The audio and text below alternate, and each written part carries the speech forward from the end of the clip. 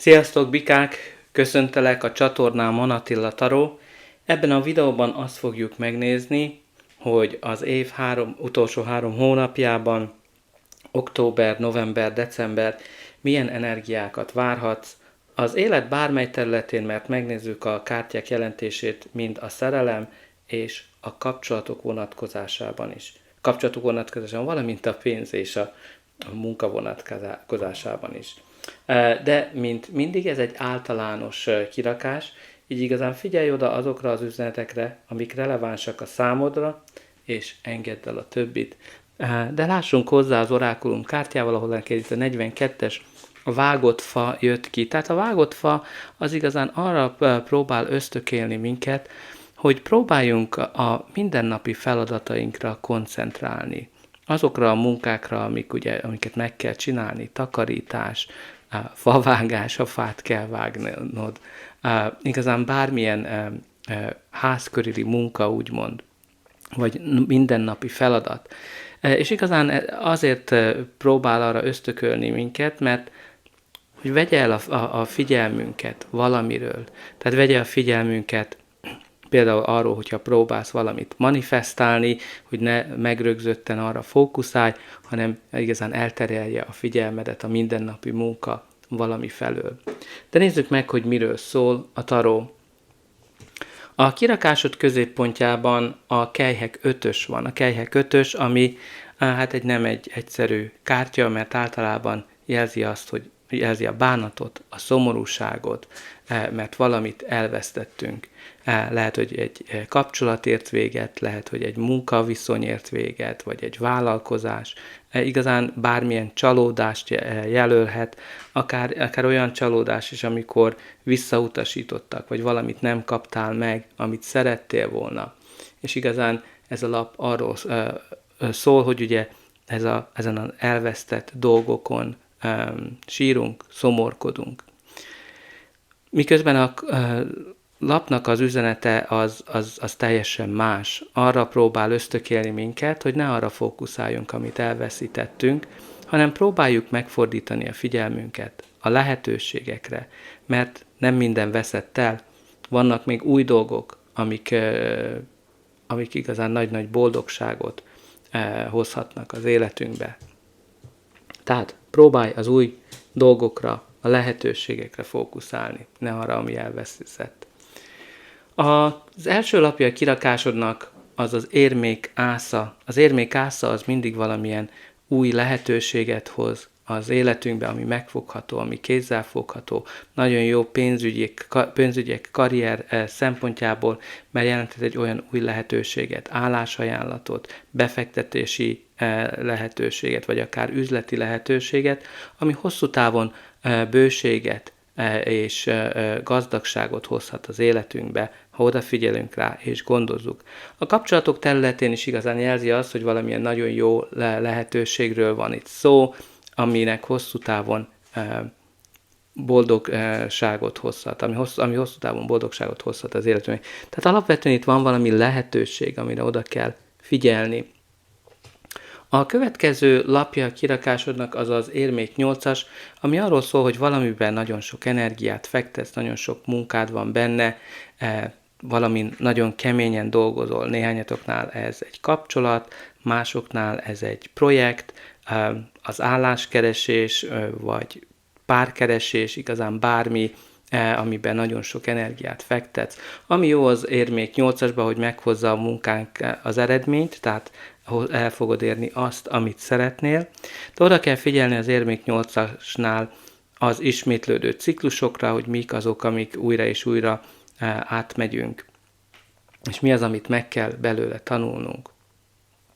De alapvetően ez a lap azt is jelzi, hogy nagyon jó vagy abban, amit csinálsz, például a munkaterületen egy nagyon jó szakember, vagy nagyon jól értesz ahhoz,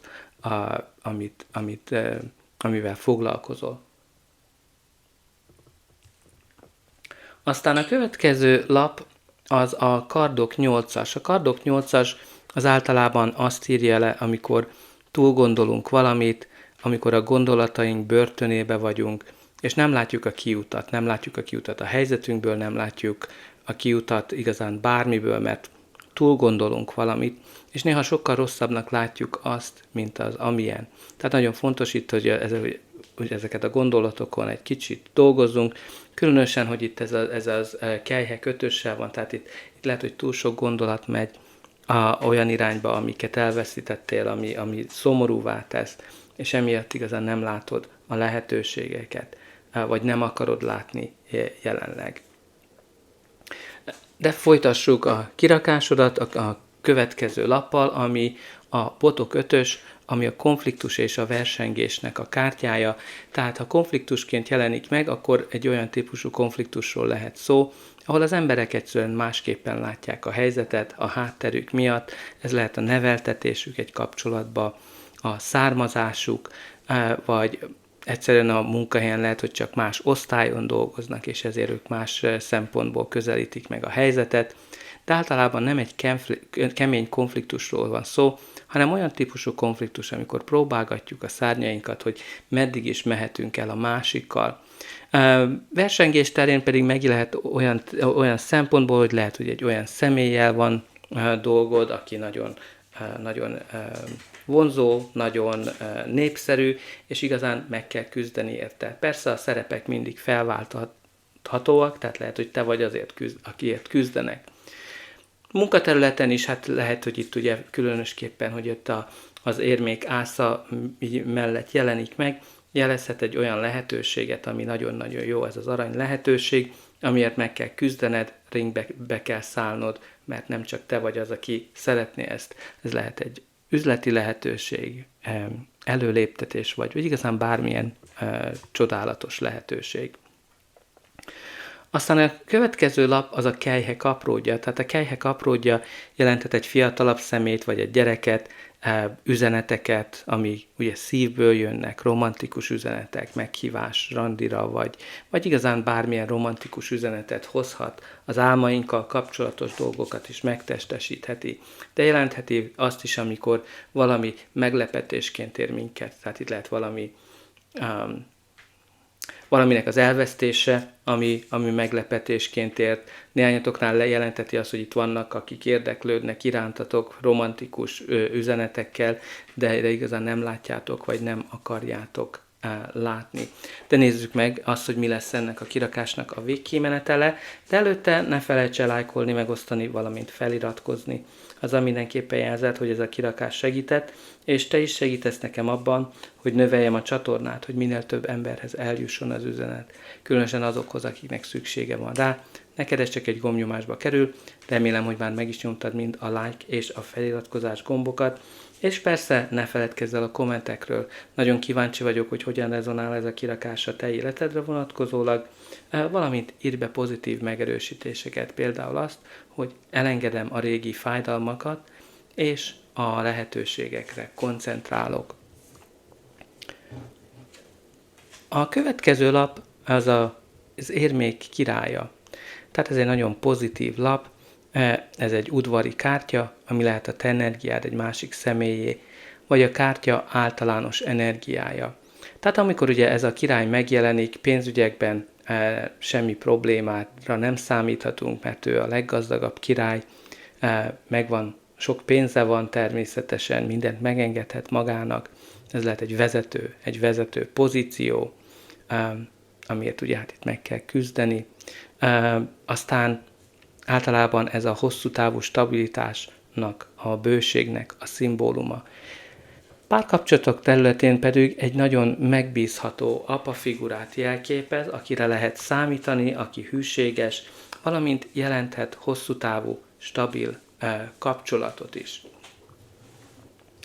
Aztán a következő lapja a kirakásodnak hát a kardok 3-as, ami itt jelzi azt, hogy valami nagyon fáj, ami elszomorít, tehát itt mind a szomorúság, mind a fájdalomnak a kártyája kijött, tehát mindenképpen kötődhet valamilyen szakításhoz, társ elveszítéséhez, munkahely elveszítéséhez, vagy igazán bármihez, ami csalódást okoz, ami szomorúságot hoz az életedbe, ami elkeserít.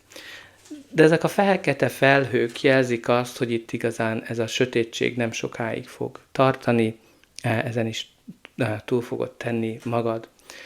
Aztán az utolsó lapunk az a kardok 10-es, hát igazán folytatja itt ezt a sötét témát, tehát láthatod a kártyákon is, hogy elég sötétek.